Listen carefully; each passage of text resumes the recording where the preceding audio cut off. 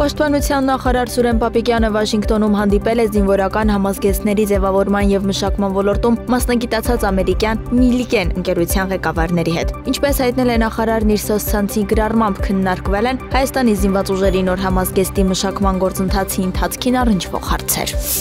ՄԱԿ-ում Հայաստանի մշտական ներկայացուցիչ Պարույր Հովհաննիսյանը ՄԱԿ-ի 80-րդ նստաշրջանում քննարկել է ֆինանսավորման համակարգային և ռիսկերի գնահատման վրա հիմնված մոտեցման անհրաժեշտությունը պետական, մասնավոր և դոնոր ռեսուրսների համադրման միջոցով։ Իր ելույթում Հովհաննիսյանը նշել է, որ կայուն զարգացման նպատակներին հասնելու համար մնացել է ընդամենը 5 տարի և անհրաժեշտ են ոչ թե աստիճանական, այլ արագ ու համակարգային փոփոխություններ։ Մասնակիցները քննարկել են գործընկերությունների վերաիմաստավորման, կանաչ և ներառական զարգացումների, նաև պետական մասնավոր ներդրումների համադրման ուղիները 2030 օրակարգի արդյունավետ իրագործման նպատակով։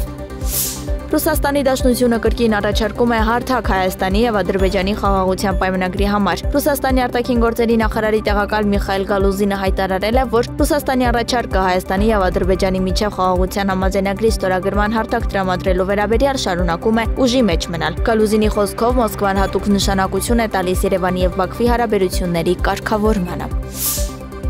Վրաստանի վարչապետ Իրակլի Կոբախիձեն չեղարկել է ԵԱԿ գործող նախագահ Ֆինլանդիայի արտաքին գործերի նախարար Էլինա Վալտոնենի հետ հանդիպումը։ Վրաստանի կառավարության մամուլի ծառայության հաղորդմամբ երեկվա անօրինական հանրահավաքին մասնակցելու և կեղծ հայտարարություններ տարածելու պատճառով վարչապետը չեղարկել է Ֆինլանդիայի արտաքին գործերի նախարարի հետ նախատեսված հանդիպումը։ Հաղորդվում է, որ Վալտոնենը երեկ ժամանել է Վրաստանի խորհրդարանի շենք, որտեղ տեղի էր ունենում բողոքի ակցիան և սոցիալական ցանցերում հրապարակել է հանրահավաքից տեսանյութ։